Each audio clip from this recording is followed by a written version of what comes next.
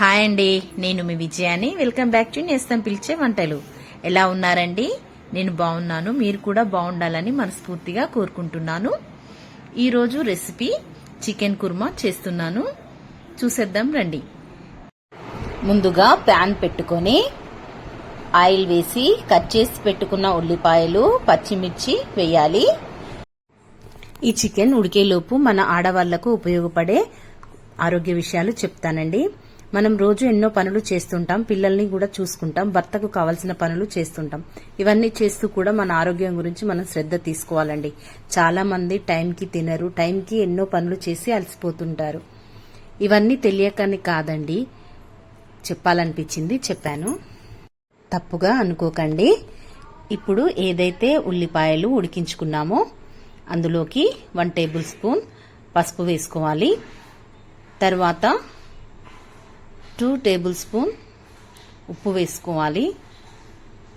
అలాగే 2 table spoon కారం కూడా వేసుకోవాలి. వేసుకొని ఒకసారి కలుపుకోవాలి. కలుపుకున్న తర్వాత దానిలోకి కొంచెం వాటర్ యాడ్ చేయాలి.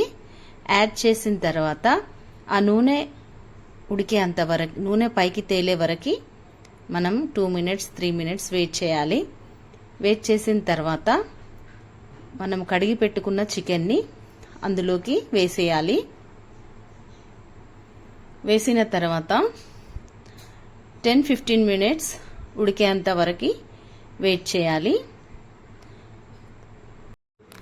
ఇంకో విషయం ఏంటంటే, మన రోజు ఆహారంలో చిన్నపిల్లలకైనా పెద్దోళ్ళకైనా 2 రోజులకు ఒకసారి పాలకూర, తోటకూర, మునగాకు ఉండేలా చూసుకోవాలండి. ఈరోజు సండే కదండి, మా ఇంట్లో పిల్లలు సండే వచ్చిందంటే చాలు వాళ్ళకి చికెన్ లేదా మటన్ ఉండాల్సిందే.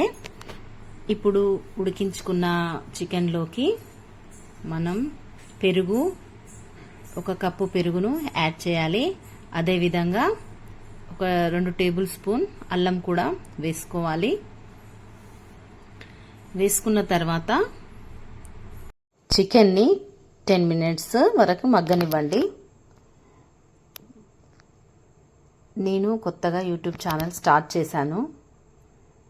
నాకు యూట్యూబ్లో వీడియోస్ చేయడం అంటే చాలా ఇష్టం అండి. చూసి నేర్చుకొని మరీ చేస్తున్నాను. యూట్యూబ్ గురించి నాకు ఏం తెలీదు, జీరో నాలెడ్జ్ అసలు. నన్ను సపోర్ట్ చేయండి ఫ్రెండ్స్. సబ్స్క్రైబ్ కూడా చేసుకోండి ప్లీజ్. ఏదైతే చికెన్ 10 మినిట్స్ ఉడికించుకున్నామో దానిలోకి 1 టేబుల్ స్పూన్ ధనియాల పొడి, 2 టేబుల్ స్పూన్స్ వరకు గరం మసాలా వేసుకోండి. 1 టేబుల్ స్పూన్ గరం మసాలా సరిపోతుంది, కానీ కొంచెం కారం తినేవాళ్ళు 2 టేబుల్ స్పూన్ వేసుకోవచ్చు. వేసుకున్న తర్వాత ఒకసారి కలిపి మూతను పెట్టుకొని ఒక 2 మినిట్స్ వరకు మగ్గనివ్వండి. మగ్గిన తర్వాత ఒక 2 మినిట్స్కి రెడీ అవుతుంది. తర్వాత లాస్ట్లో కొత్తిమీర కూడా వేసుకొని మూత పెట్టుకోవాలి.